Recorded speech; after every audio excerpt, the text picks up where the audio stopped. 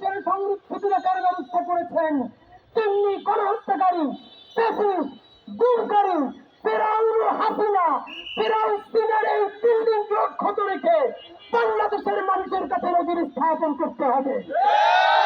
বন্ধুরা আমার, আপনাদের মাধ্যমে সরকারকে বলতে চাই, এই বিল্ডিং এর সামনে 4টা ছবি আগামী কয়েকদিনের মধ্যে লাগাতে হবে।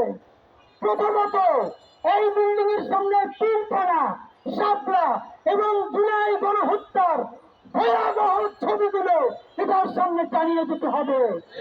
এবং এই গণহত্যাকারীরা কত অসভ্য আপনি চিন্তা করেন। বুয়েটের সেই রাত, আজকে আমি বলি, সেই সারা রাত আমি অন্তত 10টা কবিতা লিখে পোস্ট করেছিলাম। এমন অবস্থা হয়েছে, আমি আমার বোনের বাসায় থাকতাম, আমার বাড়িওয়ালা এসে আমার বোনকে ডেকে বলেছে সে এসব বন্ধ না করলে আপনাদেরকে আগামীকালকের মধ্যে বাসা ছেড়ে দিতে হবে। ভাবেন আমাদের সামাজিক অবস্থা কি ছিল। আমরা সবাই অসুস্থ হয়ে গিয়েছিলাম, কিন্তু সব থেকে অনেকেই মনে করে খুনি হাসিনা যেরকম অনেককে গুম করেছে, লাশটা চিরে, সেদিন তো প্রসিকিউশনে বলা হয়েছে, লাশটা চিরে কারো পেটের মধ্যে সিমেন্ট ঢুকিয়ে দেওয়া হয়েছে, পাথর ঢুকিয়ে দেওয়া হয়েছে, নৌবাহিনীর অফিসার নিয়ে যাওয়া হতো সাগরে, যাতে কোন সময় লাশটা সাগরে ফেললে আবার যেন জোয়ারে ভেসে না ওঠে। কিছু কিছু মানুষকে তারা সরাসরি মাথায় পিস্তল ঠেকিয়ে গুলি করতো।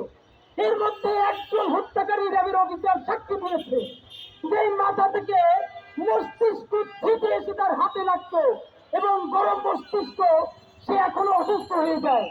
একজন অফিসার বলেছে সে গুম করে হত্যা করার পর তাকে যে টাকা দিয়েছে সে মানসিকভাবে অসুস্থ হয়ে যাওয়ার পর সেই থেকে এলাকার মসজিদে দান করে দিয়েছে। এর মানে হলো আপনি কত মানুষকে জোর করে গণহত্যাকারী বানিয়েছেন তার চূড়ান্ত শ্বেতপত্র আমরা এখন পর্যন্ত পাই নাই। বন্ধুরা, আমার মনে আছে ঢাকা বিশ্ববিদ্যালয়ে যেদিন গায়েবানা জানাজা হয়, তখন আমি ঢাকা বিশ্ববিদ্যালয়ের শিক্ষার্থী নই। সেই গায়েবানা জানাজার পরে বুয়েট অভিমুখে যে মিছিল হয়েছিল, সেই দিনই আমরা বুঝেছিলাম হাসিনা যে টিকবে না তার প্রমাণ আপনারকে হত্যার পরে যখন চতুর্পাশে ইন্ডিয়ান এম্বাসি এবং ইন্ডিয়ান এজেন্সি গণহত্যাকারী আওয়ামী লীগ যখন দান্দা নিয়ে সারা দেশে প্রস্তুত, সেই মুহূর্তে আমার ভাইয়েরা, আমার বোনেরা ঢাকা বিশ্ববিদ্যালয়ের মিছিলে স্লোগান দিয়েছিল দিল্লি না ঢাকা, ঢাকা ঢাকা। সেদিনকে আমরা মনে করেছিলাম ফিরআউনের এই মসনদ চিরদিন থেকে থাকবে না ইনশাআল্লাহ। বন্ধুরা আমার, আপনাদের মাধ্যমে দুটো দাবি জানালাম। এইখানে শহীদ আফজাল ফাহাদের ছবি জানাতে হবে। এর কারণ আপনারা খেয়াল করেন, তখন একটা গণ অভ্যুত্থানের পর্যায়ে তৈরি হয়েছিল। বিশিষ্ট নাট্য অভিনেতা আবুল হক সাহেব, তাকে আমরা সবাই হত্যা করে শুধু একটা ঘটনা বলে শেষ করি। উনিও বুয়েটের শিক্ষার্থী ছিলেন।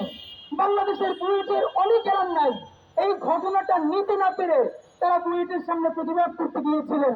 দেখেন আজকে যাদেরকে আপনারা কালচারাল আইকন বলেন, বিনম্র শ্রদ্ধা বলে, এই প্রত্যেকটা বদমাইশ তখন আবুল হায়াতের মতো একজন ভদ্র মানুষ জীবনে রাজনীতি করেন নাই, তিনি কেন আফজাল ফাহাদের হত্যার প্রতিবাদে বুয়েটে গেলেন? তাকে নিয়ে এমন কোন জঘন্য মিম নাই যেগুলো তারা পোস্ট করে নাই।